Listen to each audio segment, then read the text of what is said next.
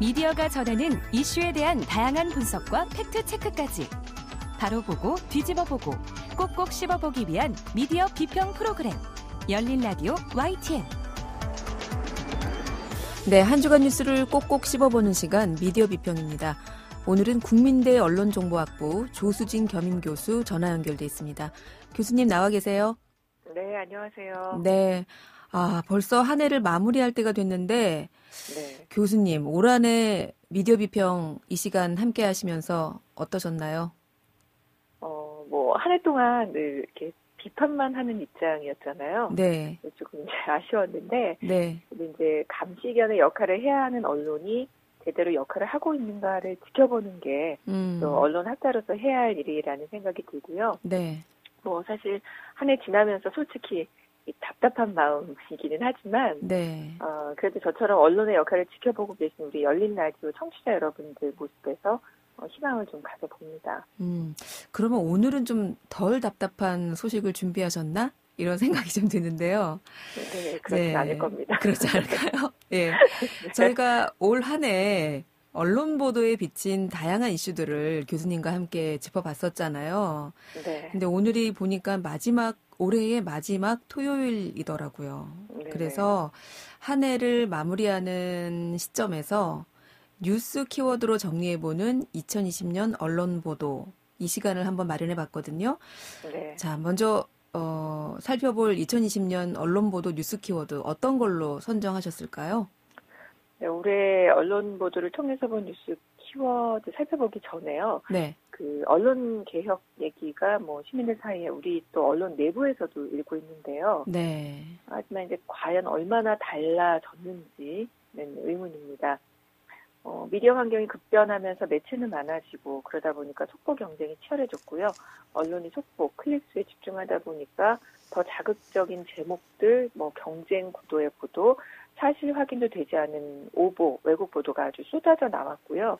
사실 이게 올 한 해만의 일은 아닙니다만 올해는 이제 코로나 시국과 맞물려서 네. 더 심각했다라는 생각이 듭니다. 올 한 해 가장 문제는 모든 이슈가 정쟁화되면서 조금 전에 말씀드린 대로 코로나라는 재난 상황까지도 그러니까 국민의 안전 우선이 아닌 정치 이슈로 몰고 가버린 언론의 모습이 아니었나라는 생각이 들고요. 또 어떤 이슈에 대해서 언론이 지향점을 가질 수는 있겠죠. 네. 하지만 사실을 왜곡한다거나 혹은 답을 정해놓고 프레임을 맞춰나가는 보도는 좀 지양해야 할 겁니다. 그래요. 2020년 그 어느 때보다도 같은 사안, 교수님 말씀 맞다나 심지어 이 코로나라는 어떤 재난 상황을 두고도 양극단의 의견이 엇갈리는 양극화 그리고 갈등 이게 참 심하지 않았나 이런 생각이 드는데 그렇다 네. 보니까 네. 그 교수님께서 언론이 부추기는 정쟁화라고 진단을 하셨는데 첫 번째 2020년 뉴스 키워드 이 모든 이슈의 정쟁화입니까? 코로나 포비아라고 이름을 붙여야 될까요? 그 코로나19가 시작될 초기부터 요즘에 그 백신 문제까지 1년 동안 정말 지속적으로 불안과 공포감을 조장하는 역할을 언론이 해오고 있다는 건데요. 네.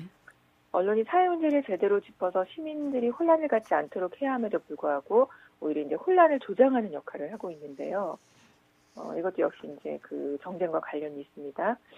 코로나19가 유행하기 시작한 올해 초부터 이제 쭉 살펴보면은요, 용어 사용부터 문제였죠. 그 세계보건기구가 신종 코로나 바이러스 감염증으로 명명 원칙을 만들고 우리 정부도 그렇게 따를 것을 권고했음에도 굳이 우한 폐렴을 고집하면서 그 일종의 혐오를 조장하기도 했고요. 네. 자극적인 표현도 많았고 가짜 뉴스도 굉장히 많았었죠. 네, 당시에 우리 언론의 재난 보도에서 사용되는 우한 폐렴의 예를 드셨지만 어렵네요 말이 과어휘화라고 네. 예, 교수님이 지적을 하셨었어요. 네, 어휘를 너무 그러니까는 지나친 과장되게 사용을 하는 거죠. 네. 예.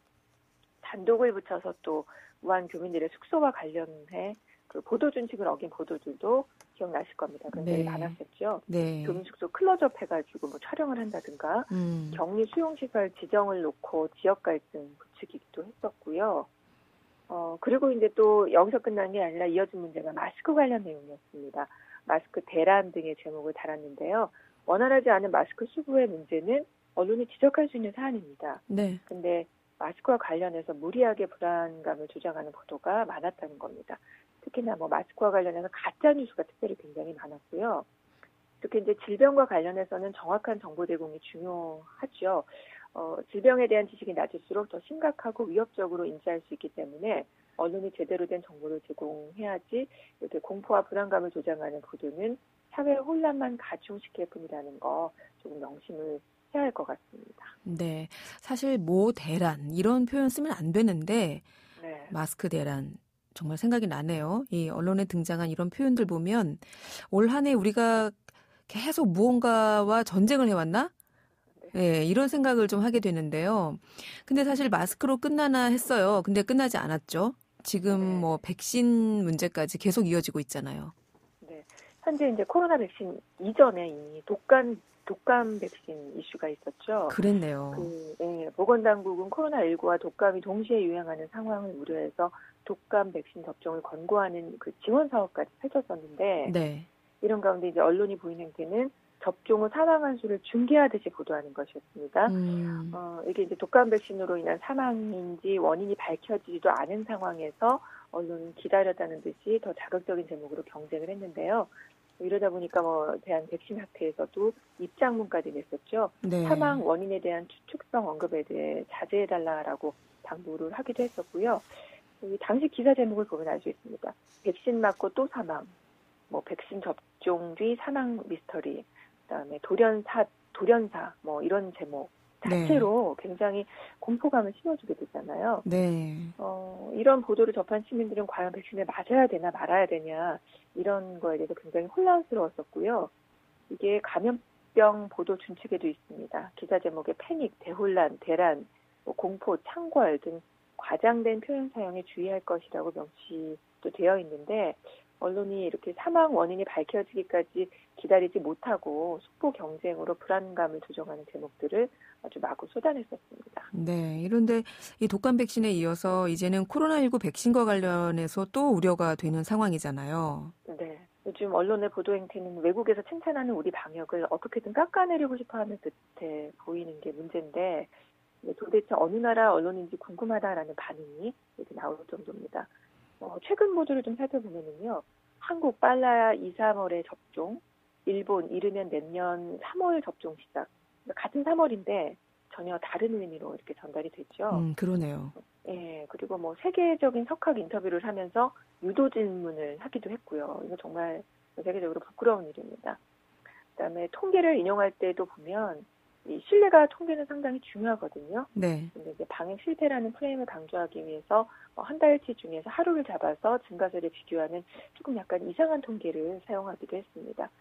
최근에 YTN 뉴스가 있는 저녁에 앵커가 이런 말을 하더라고요.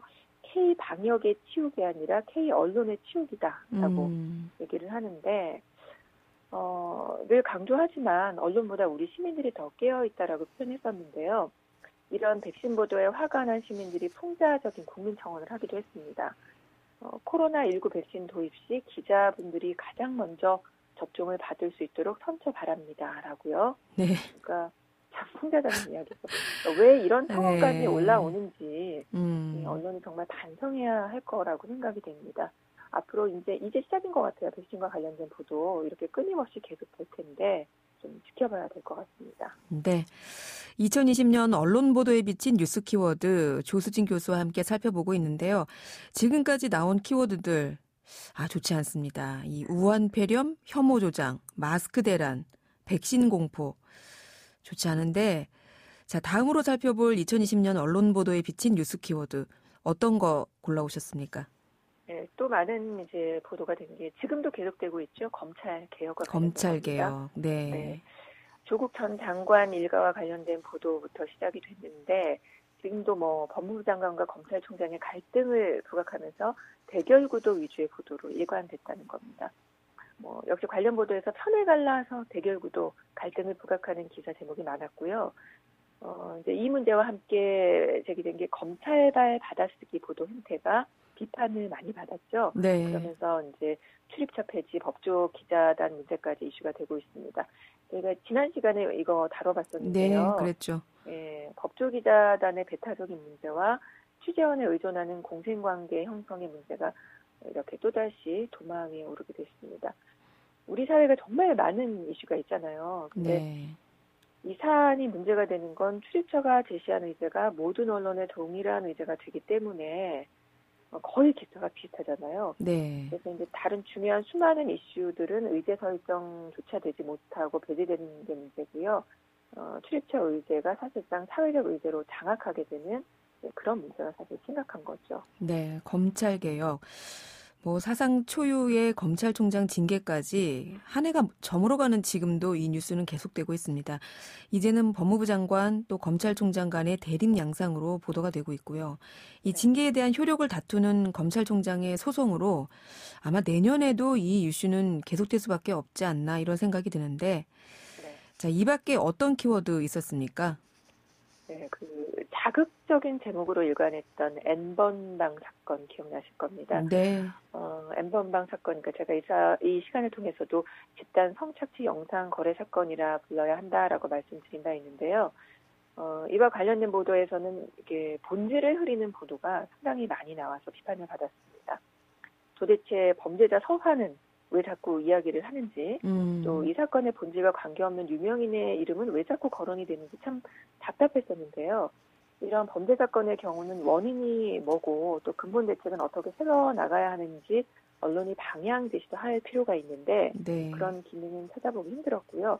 단독에만 몰두하는 모습들이 정말 안타까웠습니다. 이렇게 이제 자극적, 선정적인 제목, 용어 사용도 자제해야 했고요. 이게 이제 오히려 추적단 불꽃이라는 그 대학생들의 취재가 네, 큰 네. 역할을 했었죠. 네. 정말 우리 언론이 부끄러워해야 할 그런 일이었습니다. 그렇습니다. 일부 언론이 꾸준히 취재를 해서 보도를 했습니다마는 언론계 전반으로 이 사건에 대한 취재와 보도가 이어지지 못했고요. 결정적인 역할을 추적단 불꽃이라는 그 대학생 집단에서 했던 건데 참 부끄럽고. 이 N번방 사건 때도 조주빈이 대학신문사에 다녔었는데 친구들 인터뷰가 나온다든가 이런 식으로 아까 교수님께서 서사를 부여한다라고 말씀하셨는데 최근에 이 출소한 조두순 관련 보도에서도 그런 경향이 이런 흥미 위주의 보도들이 좀 많았던 것 같아요. 여러 가지 제목들 흥미 위주의 보도들이 참 많았었죠. 네. 근데 이제 거기에 그치지 않고 여전히 자살 보도 문제도 여전히 심각한 지적을 받았었습니다. 네네. 이런 다양한 이슈에서 나타나는 문제, 가짜뉴스 등의 문제가 심각하다 보니까 정정보도, 반론보도, 징벌적 손해배상 이런 이슈도 지속적으로 거론되고 있는 상황인데요. 이렇게 좀 쭉 1년을 되돌아보니 또 다시 답답해지고 있는데, 네. 이렇게 올 한해 대부분의 이슈들이 그런데 이제 정치적인 입장으로 해석되는 경우가 많았다는 거, 네. 그리고 그걸 그대로 받아쓰면서 더 편향된 모습을 보이는 언론의 모습이 정말 많이 아쉬웠는데, 언론이 물론 감시 기능 놓치면 안 됩니다. 당연히 정부를 비판할 건 비판해야 합니다. 그런데 비판을 위한 무리한 의제 설정이라던가 무리수는 좀 두지 않았으면 합니다.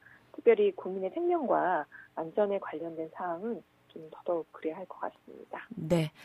저희가 한 해를 되새기면서 좀 잘못한 거는 반성하고 잘한 일은 사실 칭찬을 저는 좀 하고 싶었어요. 그런데 네. 뉴스 키워드로 이렇게 2020년 한 해를 정리하다 보니까 그럼 우리 칭찬할 일은 없었어요? 이런 생각이 듭니다. 네. 네, 새해에는 좀 건전한 비판 그리고 우리 사회의 어두운 곳을 밝히는 칭찬할 수 있는 언론 보도가 많이 나올 수 있기를 그래도 기대해 보겠습니다. 교수님 열린 라디오 YTN과 함께해 주신 2020년 감사했습니다. 네, 고맙습니다. 네, 지금까지 조수진 국민대 겸임교수였습니다. 진실을 전합니다. 진심을 다합니다. 시청자 여러분의 목소리에 귀 기울이는 YTN 뉴스 FM 열린 라디오 YTN 토요일 저녁 8시 20분에 방송됩니다. 한 주간 YTN 라디오에서 방송된 프로그램들을 모니터링하고 평가해보는 시간입니다. 오늘은 박은하 시청자평가원 전화 연결돼 있습니다. 평가원님 안녕하세요. 네, 안녕하세요. 네, 이번 주에는 어떤 프로그램 모니터링 하셨습니까? 네, 이번 주에는 평일 아침 10시 30분부터 11시 20분까지 시사부터 생활정보까지 알찬 소식들을 다양하게 전해주는 프로그램이죠. 슬기로운 라디오 생활을 살펴보았습니다. 네, 슬기로운 라디오 생활 어떻게 들으셨어요? 네, 먼저 12월 14일 월요일에 방송된 어른이들의 슬기로운 언어 생활에 대해 말씀드리려 합니다. 이제 우리가 매일 사용하는 일상 속 언어를 통해 세상을 돌아보고 고민해본다는 취지를 가진 코너인데요. 처음엔 언어 생활을 분석한다는 점이 신선했습니다. 그러나 언어를 해석하는 부분에서 타당성을 느끼긴 어려웠는데요. 예를 들어 이제 분리수거라는 단어가 주제로 나왔는데 행위의 주체인 시민들의 관점에서 분리배출이라는 말을 쓰는 것이 아니라 분리수거로 칭하고 있는 현실에 대해 꼬집었습니다.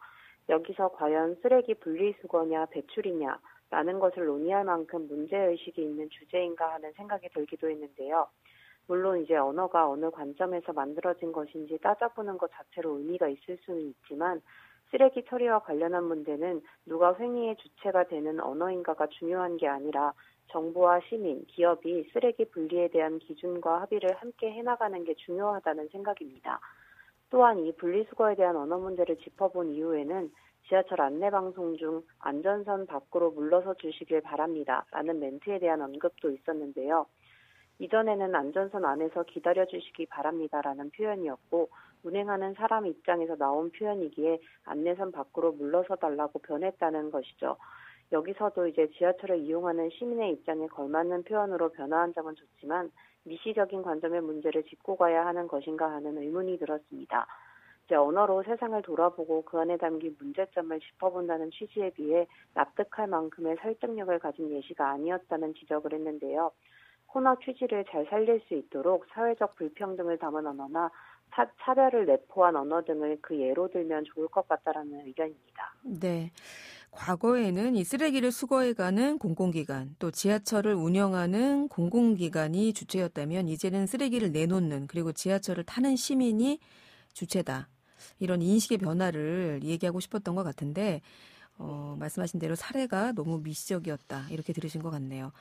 네, 또 다른 모니터링 내용이 있을까요? 네, 다음은 이제 같은 날인 12월 14일 월요일에 진행되었던 이슈 인터뷰에 대해 말씀드리고 싶습니다. 이날은 이상천 혈액관리본부 헌혈증진국장과 권소영 혈액안전국장이 출연했습니다. 네, 코로나19의 장기화로 인해 혈액 수급이 위태로운 현 상황에 꼭 필요한 인터뷰이지 않았나 싶습니다. 무엇보다 코로나19로 인해 헌혈에 대한 걱정과 오해가 있는 부분을 말해준 점이 좋았는데요. 헌혈 중 이제 코로나 감염 우려와 혈액 수급이 코로나19 현상에 미치는 영향과 역할 등을 상세하게 설명해 주어서 인식을 개선해준 인터뷰였다는 느낌을 받았습니다.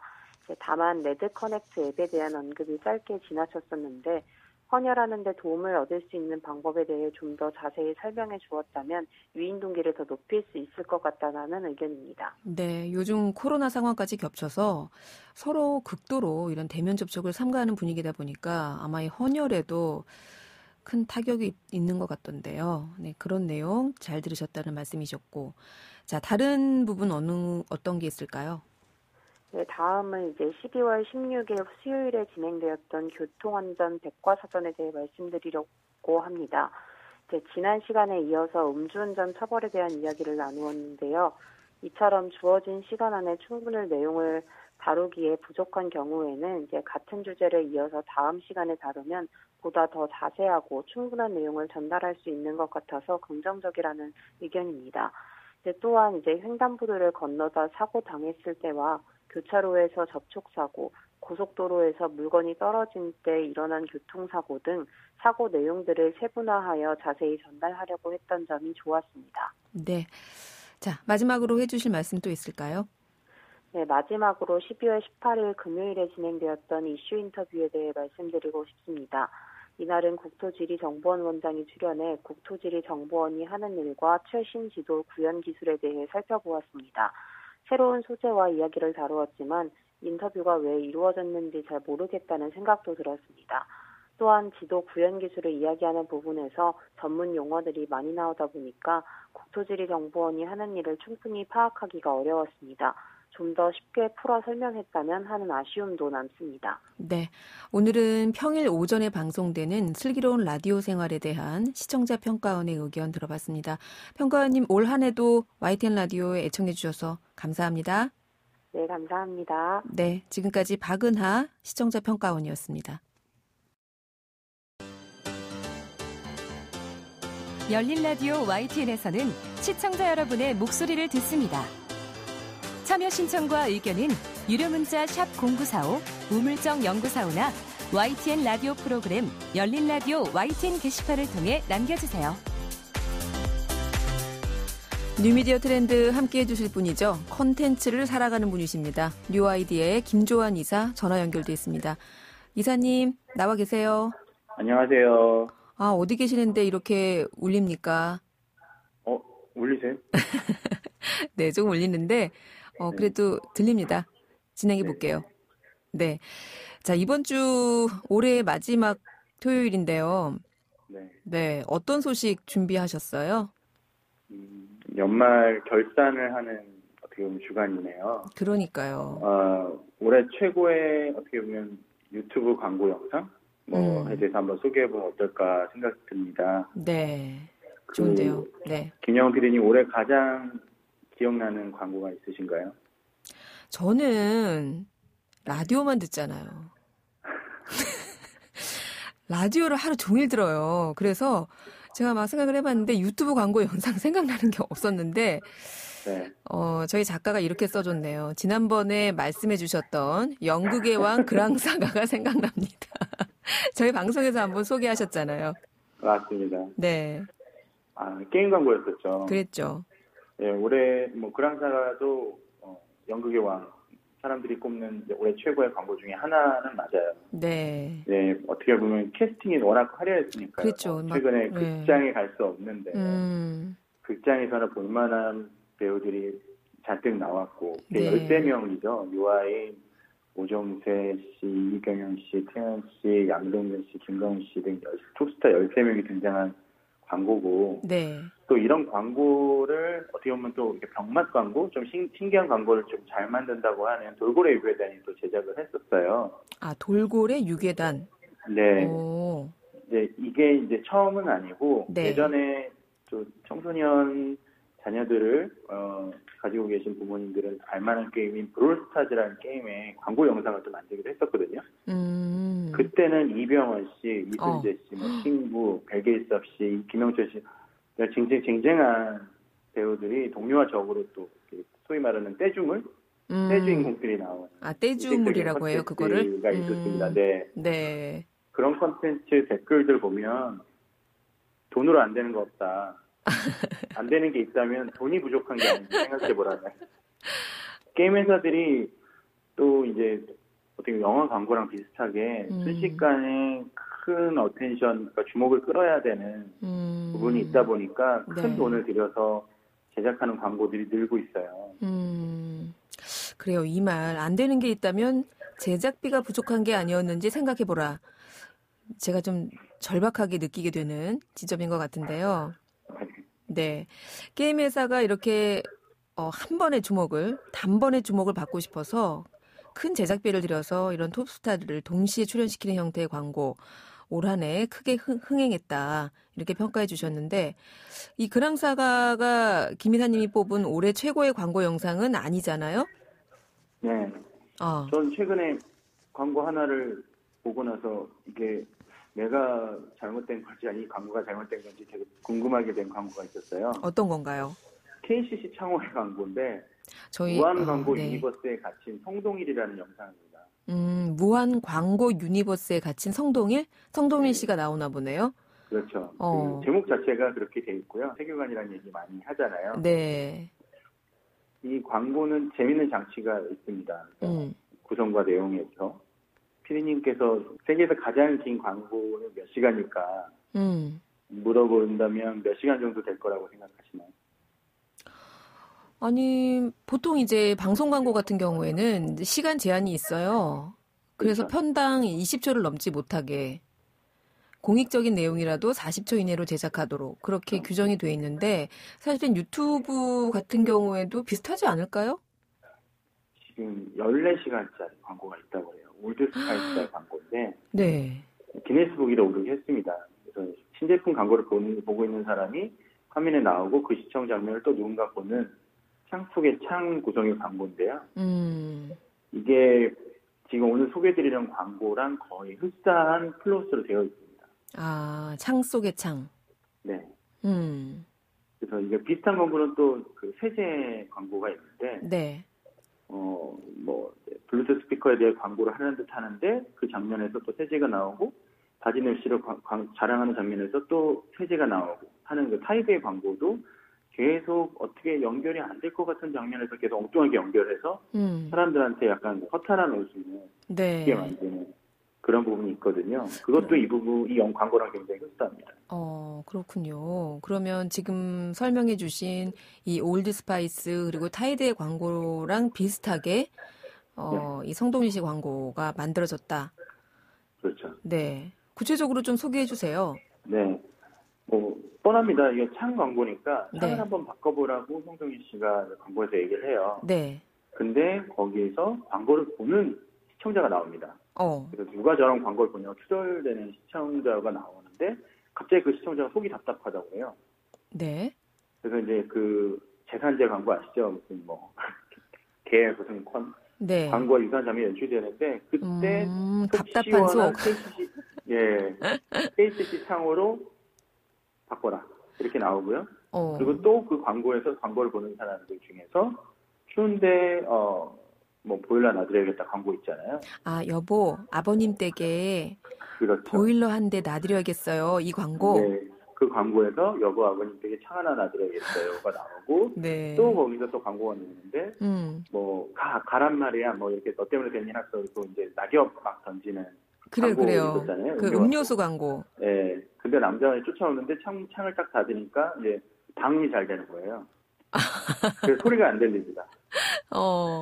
그리고 예전에 그 안정환 씨가 유명해졌던 광고 있죠. 피부가 장난이 아닌데. 네네. 거기서도 이제 창 하나 바꿨을 때 뿐인데 하면서 이제 성동일 씨가 자외선 걱정 없이 세상을 연결하는 창이란 광고가 나오고 이런 식으로 계속 광고가 이어집니다. 그래서 콜롬비아 원두커피를 마시는 창밖을 보는데 누가 봐도 커피 광고인데 콜롬비아 원두와 세상을 연결하는 창. 그러니까 어떻게든 무슨 단어가 연결이라도 어떻게 되면 창이라는 단어가 나와요. 그러면서 마지막엔 다시 성동일 씨가 등장해서 광고가 언제 끝날지 궁금하냐고 하면서 창을 바꿔보려고 합니다. 그 장면이 첫 광고 장면이랑 똑같아요. 그래서 어떻게 보면 광고가 무한 반복된. 무한 반복이에요, 진짜. 네, 무한 광고 유니버스에 갇힌 성동일이 된 겁니다. 우리 수학에서 메비우스의 띠 막 이런 얘기 하잖아요. 네. 계속 아닌지 거친지 모르게 계속 연결돼 있어서 네가 아니냐 내가 바뀌냐 이렇게 되는. 근데 이 광고 역시 계속 광고를 보다 보면은 결국에 처음으로 돌아가는데 또 계속 반복되고 이런 광고군요. 그렇습니다. 이게 꼬리에 꼬리를 무는 광고. 재미는 없게 소개하셨는데 재밌을 것 같아요. 그러니까 아주 재밌다기보다는 이제 약간 기가 차다고 해야 되나요? 허탈하면서도 계속 보게 만들고요. 근데 이게 이런 광고가 그렇게 조회수가 많이 나왔어요? 공개가 된 지 한 2주 됐는데 조회수가 200만 뷰 넘었고요. 와. 그리고 이제 이런 형식 자체가 좀 새로운 것도 있고 그리고 뒷광고에 대한 풍자가 있는 거죠. 아예 대놓고 앞광고이고 이건 완전히 광고잖아요. 제목에도 광고가 써있고. 요즘 그래서 짧은 광고가 살아나는 디지털 시대에 오히려 긴 광고들이 살아남는 시대가 되고 있어요. 디지털이라고 하면 우리가 유튜브나 이런 데 보면 광고 스킵 때문에 이제 짧게 뭔가 임팩트를 줘야 된다고 하지만 네. 기억 속에 오래 남기 위해서 짧은 광고는 또 인상을 남기 어렵다. 그래서 TV 광고 아까 말씀하신 15초, 20초 이런 광고들이 있다고 하면 디지털 광고 중에서는 잘 만들었다고 하면 오히려 1분이 넘는 경우가 많이 생겨나고 있습니다. 그렇군요. 그래서 보통 유튜브를 볼 때 광고를 한 5초 정도는 봐야 되잖아요. 네. 그래야 스킵이 되기 때문에 그 정도 보고 그냥 넘겼던 것 같은데 지금 말씀하신 이런 광고 같은 경우에는 광고를 보기 위해서 이렇게 200만 뷰나 달성하다니 참 놀랐고요. 네. 그만큼 올해 참 유튜브가 정말 많은 사랑을 받았던 것 같아요. 그렇죠. 어떻게 보면 코로나 때문에 이제 비대면 사회가 가속화되면서 유튜브 소비량이 정말 많이 늘었어요. 뉴스나 아니면 갖가지 모든 집에서 뭘 할 수 있는지 이런 것들도 다 유튜브 영상으로 풀고 보고 어떻게 보면 소통하는 시장이 또 가속화된 것 같은데요. 네. 뭐 올해 유튜브가 밝힌 거로는 사용자가 벌써 20억 명이 넘었고요. 와. 유튜브 프리미엄이라고 하는 서비스, 유료 서비스 가입자가 2천만 명이 넘었습니다. 그리고 밝혀진 바로는 뭐 유료 서비스 한국 사용자가 200만 명 중반이라고도 나왔고요. 네. 올해 광고 매출만 18조 원 정도 된다고 합니다. 광고 매출, 유튜브 한 매체의 광고 매출만 18조 원이요.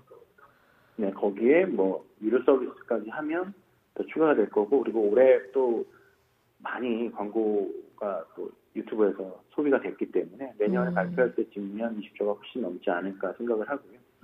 참고로 넷플릭스가 24조 원 정도 됩니다. 넷플릭스가 24조예요? 예, 그래서 난리인지. 와, 그래요. 올 한 해 정말 집콕이 일상화되면서 뭐 극장도 못 가고요. 그러다 보니까 정말 이렇게 손안의 TV라고 하는데 모바일로 볼 수 있는 이런 영상 콘텐츠들이 참 많이 사랑받았던 한 해였다, 이런 생각이 듭니다. 그런데 이 유튜브가 이렇게 18조 원이나 되는 광고 매출 올린 거 참 축하드릴 일인데, 이 서비스에 대한 그 불만도 덩달아 더불어 같이 커지고 있는 것 같아요. 지난주에도 그랬고 올해 유독 이 유튜브 접속 불량 이런 현상이 여러 번 나타났잖아요. 네, 올해만 벌써 4번째라고 하는데요. 네.